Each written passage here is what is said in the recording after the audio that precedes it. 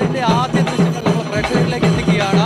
അതാ ആ കടലിലേക്ക് നമുക്ക് വിദൂരതയിൽ നമുക്ക് കാണാൻ കഴിയുന്നുണ്ട്. അത് സാൻ ഫെർണാണ്ടോ കപ്പലാണെന്ന് തന്നെ നമുക്ക് ഉറപ്പിക്കാം എന്നുള്ള നിലയ്ക്കാണ്. ഇവിടെ നിന്നും നോക്കുമ്പോൾ ആ കപ്പലിലുള്ളത് കണ്ടെയ്നറാണ് എന്നുള്ളത് തന്നെയാണ് നമുക്ക് മനസ്സിലാക്കാൻ കഴിയുന്നത്. ഇവിടെ നിന്ന് അല്പസമയത്തിനകം തന്നെ കൂടുതൽ ദൃശ്യം വ്യക്തമാക്കി നമുക്ക് കാണിക്കാൻ കഴിയും. ഇത് അധികം നല്ല ദൂരെയാണ് കിടക്കുന്നത്. അതിനാൽ തന്നെ കുറച്ചുകൂടി വ്യക്തത വരേണ്ടതുണ്ട്. അല്പസമയങ്ങൾക്ക് തന്നെ ആ വ്യക്തതയും ഉണ്ടാകുമെന്നുള്ളത് നമ്മൾ പ്രതീക്ഷിക്കുകയാണ്.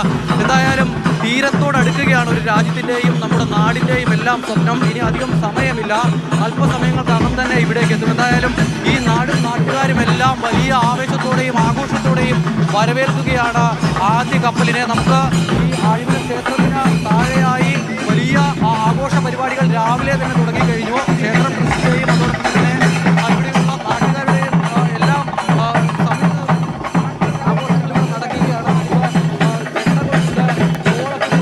വലിയ ആഘോഷ പരിപാടികൾ തന്നെ ഇവിടെ എന്താണ് നടക്കുന്നത്.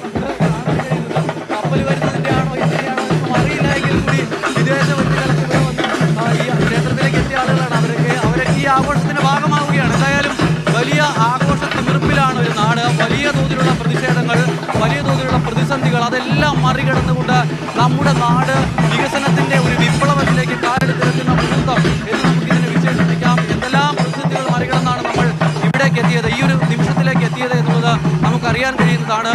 അത് നായ രാജവംശത്തിന്റെ കാലം മുതൽ, ചേര രാജവംശത്തിന്റെ കാലം മുതൽ, പിന്നീട് പാണ്ഡ്യ രാജവംശത്തിന്റെ കാലം മുതൽ ഇവിടെ ഒരു തുറമുഖം ഉണ്ടായിരുന്നു. പിന്നീട് അത് നശിപ്പിക്കപ്പെടുന്നു. അതിനുശേഷം പിന്നീട് അത് പഴയ പടിയിലേക്ക് ആവാൻ നമുക്ക് സ്വാതന്ത്ര്യം കിട്ടിയ ശേഷം പോലും എത്രത്തോളം പ്രതിസന്ധികൾ മറികടക്കേണ്ടി വന്നു എന്നുള്ളതാണ്. ഏറ്റവും ഒടുവിൽ തുറമുഖത്തിനൊരു സാധ്യത തുറന്നു കിട്ടുമ്പോൾ പോലും ആ തുറമുഖത്തിന്റെ സാധ്യത തുറന്നു കിട്ടുമ്പോഴും എങ്ങനെ അതിവിടെ നിർമ്മിക്കും, ഇവിടുത്തെ മത്സ്യത്തൊഴിലാളികളെ അടക്കം വിശ്വാസത്തിലെടുത്ത് അതിന്റെ നിർമ്മാണ പ്രവർത്തനങ്ങൾ എങ്ങനെ പൂർത്തീകരിക്കുമെന്നുള്ള ആശങ്കയൊക്കെ ഉണ്ടായിരുന്നു. വലിയ തോതിലുള്ള പ്രതിഷേധം കണ്ടു. നമ്മുടെ നാട് കണ്ടതിൽ വെച്ച് സമീപകാലത്തെ ഏറ്റവും വലിയ പ്രതിഷേധത്തിന് വിഴിഞ്ഞം സാക്ഷ്യം വഹിച്ചത് നമ്മൾ കണ്ടതാണ്. പോലീസുമായി നിരന്തരമായി ഏറ്റുമുട്ടലുകൾ ഉണ്ടായി. ഒടുവിൽ പ്രശ്നങ്ങളെല്ലാം പരിഹരിച്ചുകൊണ്ട് കൃത്യമായി തന്നെ പദ്ധതിയുടെ പൂർത്തീകരണത്തിലേക്ക് നമുക്ക് എത്താൻ കഴിയുന്നു എന്നുള്ളതാണ് ഏറ്റവും സന്തോഷകരമായ കാര്യം. വിഴിഞ്ഞം തുറമുഖം എന്ന് പറയുമ്പോൾ ഇത് കേരളത്തിന്റെ അല്ലെങ്കിൽ തിരുവനന്തപുരത്തിന്റെ വിഴിഞ്ഞത്തിന്റെ മാത്രം ഒരു വികസന സാധ്യതയോ അല്ല എങ്കിൽ നാടിന് ഗുണം ചെയ്യുന്ന ഒരു കാര്യമായി ചെറുതാക്കി കാണാൻ കഴിയില്ല. നമ്മുടെ രാജ്യത്തിന് തന്നെ വലിയ തോതിൽ ഗുണം ചെയ്യുന്ന തരത്തിലുള്ള, നമ്മുടെ നാടിന്റെ സാമ്പത്തിക സ്ഥിതിക്ക് തന്നെ വലിയ തോതിൽ ഗുണം ചെയ്യുന്ന തരത്തിലുള്ള ഒരു പദ്ധതി എന്നുള്ള തരത്തിൽ നമുക്ക് വിശേഷിപ്പിക്കാം. ഇന്ന് നമ്മുടെ നാട്ടിൽ നിലവിലുള്ള ഏറ്റവും പ്രധാന, ഏറ്റവും വലിയ വികസന സാധ്യതയുള്ള തുറമുഖമായി വിഴിഞ്ഞം വരും ദിവസങ്ങളിൽ മാറുമെന്ന കാര്യത്തിൽ ഒരു സംശയവും വേണ്ട. ലോകത്തിന് മുന്നിൽ തന്നെ നമുക്ക് അഭിമാനത്തോടെ അവതരിപ്പിക്കാൻ കഴിയുന്ന ഒരു തുറമുഖമായി വിഴിഞ്ഞം മാറുകയാണ്. ആ വിഴിഞ്ഞത്തേക്ക് ആദ്യ കപ്പലെത്തുന്നു. ആ കപ്പലിലെ കണ്ടെയ്നറിന്റെ കാര്യവും ആ കപ്പലിന്റെ യാത്ര സംബന്ധിച്ച കാര്യവും എല്ലാം അല്പസമയം മുമ്പ് പ്രശാന്ത് വിശദീകരിക്കുകയും ചെയ്തിരുന്നു. നമുക്ക് ആ ദൃശ്യങ്ങളിൽ കാണാൻ കഴിയുന്നുണ്ട്. പ്രേക്ഷകരെ അത് കാണുക. ആ കപ്പലാണ് സാൻ ഫെർണാണ്ടോ.